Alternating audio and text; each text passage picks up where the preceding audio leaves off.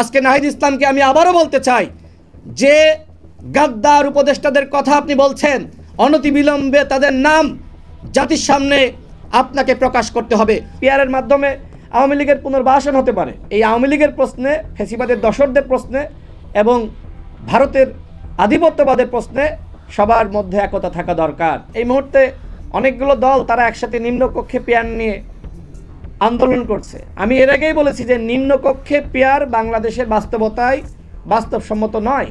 কারণ যারা স্বতন্ত্র নির্বাচন করতে চায় তারা কিভাবে নির্বাচন করবে? এছাড়া নিম্নকক্ষে পিআর হলে কোনো স্থায়ী সরকার ব্যবস্থা বাংলাদেশে থাকবে না। সকাল বিকাল এমপিরা কেনাবেচা হবে। এছাড়া আমাদের দেশের যারা হিন্দুরা রয়েছে তারা যদি মনে করে তারা একটি দল গঠন করবে, আমাদের ইসলামিক দল অনেকগুলো রয়েছে, আমাদের পাহাড়ি সম্প্রদায় রয়েছে, এই যে জাতিগত বিভাজন এবং ধর্মীয় বিভাজন এই পিআরের মাধ্যমে সৃষ্টি হতে পারে। এছাড়া ফরিদপুর, গোপালগঞ্জ, শরীয়তপুর, মাদারীপুর এই অঞ্চল আওয়ামী অধ্যুষিত, সেখানকার ভোটগুলো কোথায় যাবে? অর্থাৎ পিআরের মাধ্যমে আওয়ামী লীগের পুনর্বাসন হতে পারে। এই বিষয়গুলো আমাদের মাথায় রাখা উচিত। আমরা কিন্তু উচ্চকক্ষে পিআরের পক্ষে, যেটা গণতন্ত্র মঞ্চের পক্ষ থেকে বলা হয়েছে, আমাদের দলের পক্ষ থেকে বলেছি, এনসিপির পক্ষ থেকে বলেছি, কয়েকটা দল ছাড়া অধিকাংশ দলই কিন্তু উচ্চকক্ষে পিআরের পক্ষে। তবে আমরা বলেছি নিম্নকক্ষের পিআর বাস্তবসম্মত নয়। এই মুহূর্তে আলোচনা হচ্ছে, আলোচনার মাধ্যমে অবশ্যই আমাদের একটি সমাধানে পৌঁছাতে হবে। কিন্তু এই আলোচনা শেষ হওয়ার আগে যদি আমরা আন্দোলনে যুক্ত হই, সেই আন্দোলন কোনোভাবেই আমার কাছে মনে হয় না গ্রহণযোগ্য, বরং এর মাধ্যমে ফ্যাসিবাদ সুযোগ পেতে পারে। আমি সর্বশেষ বলতে চাই, আমরা একটি কাঙ্ক্ষিত সময় অবস্থান করছি। আমরা সবাই স্বপ্ন দেখছি নতুন বাংলাদেশের। এই নতুন বাংলাদেশ গঠনে জাতীয় ঐক্য খুবই গুরুত্বপূর্ণ এবং একই সাথে দলগুলোর মধ্যে সমঝোতা, বোঝাপড়া আমাদের সবার, অন্তত আওয়ামী লীগের প্রশ্নে এবং আওয়ামী লীগের দশরদের প্রশ্নে, ভারতের আধিপত্যবাদের প্রশ্নে এই জায়গাগুলোতে ঐক্যমতে থাকা দরকার। আমরা যদি যে ধরনের বিভাজন আমরা লক্ষ্য করছি, এই বিভাজন যদি সামনে রেখে নির্বাচনে আমরা যাই, বিশ্বাস করেন সেই নির্বাচন বানচাল করে দিবে আওয়ামী লীগ এবং ভারত।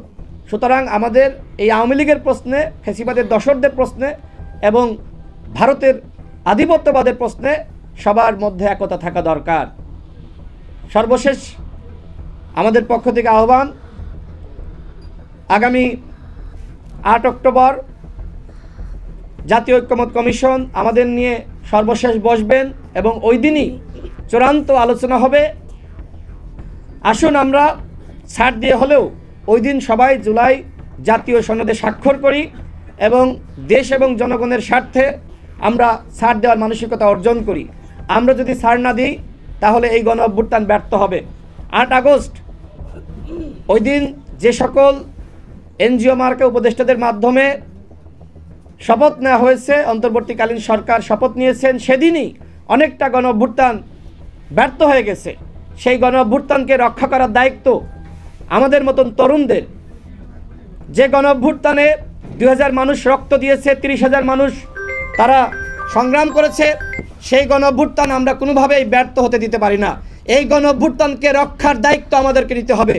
আজকে নাহিদ ইসলামকে আমি আবারও বলতে চাই যে গাদ্দার উপদেষ্টাদের কথা আপনি বলছেন, অনতিবিলম্বে তাদের নাম জাতির সামনে আপনাকে প্রকাশ করতে হবে। অন্যথায় এই গাদ্দার উপদেষ্টারা তারা তো আগামী নির্বাচনকে বানচাল করার জন্য তারা তো ষড়যন্ত্র করতে পারে, চক্রান্ত করতে পারে। সুতরাং এই চক্রান্তকারীদের নাম যদি আপনি প্রকাশ না করেন তাহলে এই গণ অভ্যুত্থান যদি ব্যর্থ হয়ে যায় তার দায় আপনাকে নিতে হবে। আপনাদের সকলকে ধন্যবাদ। আসসালামু আলাইকুম।